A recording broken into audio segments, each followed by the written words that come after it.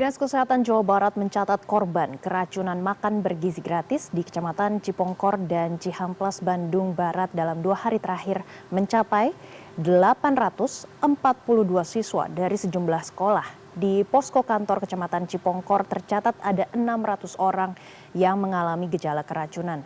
Untuk mendalami kasus ini, kita tergabung dengan koresponden CNN Indonesia Kiki Haryadi yang sudah berada di Bandung. Kita sapa bersama, selamat siang Kiki. Bagaimana kondisi terkini siswa yang saat ini menjadi korban keracunan MBG?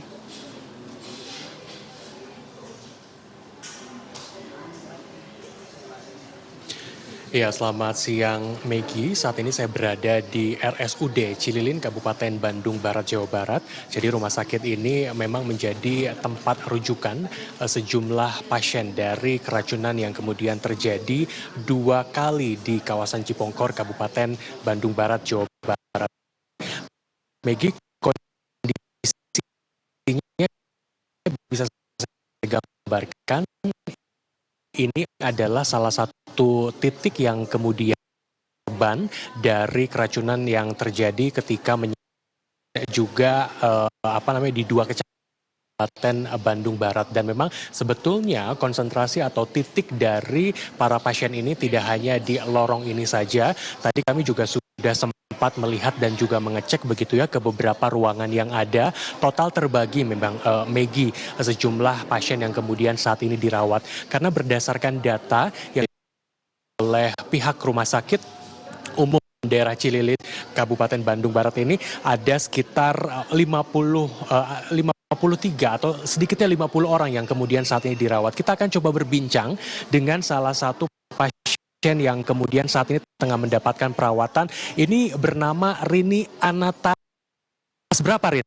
Kelas 10. Kelas 10. Rini, saya minta waktu sebentar karena tadi sudah dikonfirmasi Rini sudah semakin membaik kondisinya, jadi rasanya bisa berkomunikasi ya. Rini boleh cerita, gimana awalnya kemarin kejadian itu seperti apa? Seperti kayak awal mulanya pusing, mual, dan ya berkunang-kunang. Berkunang-kunang. Waktu itu makanan yang diterima apa aja? Ada nasi, ayam, sayuran, sama sambal. Oke, ayam, nasi, sayuran, dan juga sambal. Rini mendapat makan itu jam berapa kira-kira? Sekitar jam 10-an. Jam 10 pagi. Rin, boleh cerita mungkin ketika menyantap paket makanannya ada yang merasa aneh atau seperti apa rasanya? Rasanya kalau ayam biasa aja, sama nasi bisa. Kalau timun sama sambalnya agak pahit. Agak pahit. Oke, Rini langsung stop makan atau masih terus makan? Di sana stop makanan. Stop makan. Nah, tadi kan Rini cerita bahwa makan sekitar pukul 10, kemudian ada rasa yang kurang enak, pahit begitu ya dalam timun dan juga dalam sambelnya. Mulai kerasa ada gejala tidak enak badan itu jam berapa kira-kira? Sekitar jam setengah 11. Oh, langsung 30 menit langsung terasa. Apa yang pertama kali Rini rasakan? Pusing sama mual. Dan waktu itu langsung bicara ke guru atau seperti apa? Teman-teman kondisinya gimana waktu itu? Teman-teman juga merasa begitu. Saya langsung konfirmasi ke guru kalau saya pusing sama mual. Akhirnya sempat ke Kecamatan Cipongkor dulu atau gimana? Sempat ke Kecamatan Cipongkor dulu. Nah, kalau sekarang kondisinya udah bisa lebih baik lagi dibanding kemarin atau gimana, Rin? Alhamdulillah sekarang lebih baik dari kemarin. Baik. Iya. Mudah-mudahan cepat sembuh ya. Oke, Rini ditunggu sama Ibu. Oke, Ibu namanya siapa, Bu? Bu, Ibu boleh berdiri sebentar, Ibu, kita ngobrol sedikit. Nah, Rini ini adalah satu dari sekian banyak yang kemudian kondisinya sudah semakin membaik begitu ya. Nah, sekarang saya akan berbincang dengan orang tua dari Rini, namanya siapa, Ibu? Ibu Asna. Ibu Asna. Bu Asna tentu kaget ketika mendengar anak menjadi korban keracunan. Gimana kejadian kemarin, Ibu? Spontan ya, saya nggak taunya kan nggak dari grup sekolah nggak ada apa-apa. Cuman kok ambulan banyak sekali. Saya dapat telepon dari kakak, cepat anak tengok di sekolah. Kan saya punya anak 2, yang satu alhamdulillah sudah pulang, itu dari MI, ini mah dari SMK. Yang ini ya kondisinya agak parah gitu ya, langsung dirawat ke sini. Ibu bisa gambarkan kepada kami kondisi Rini kemarin dan hari ini perbedaannya gimana, Bu? Sekarang sih lebih ceria ya, yang kemarin itu sempat kram, kejang, sesak napas. Jadi kan kita seorang tua jadi khawatir harus gimana gitu. Ini kan MBG sudah lama ya Bu ya, hampir setiap hari baru seperti ini atau ini mungkin ada keluhan-keluhan yang ringan? Baru, ini baru. Gimana sebagai orang tua kan ada indikasi atau memang keracunan MBG misalkan gitu. Apa Bu yang kemudian ingin disampaikan? Kalau bisa ya di stop dulu aja ya kondisinya ini dulu gitu. Biar anak-anak nggak trauma gitu. Nah, minta sekolah dari ke sekolah itu gimana? Ibu berharapnya sekolah menghentikan dulu sementara atau lanjut atau kayak gimana? Menghentikan dulu sementara. Ya, itu aja. Karena trauma atau Ya, gimana? karena trauma. Oke, Bu, ada informasi ini kan dirawat ya.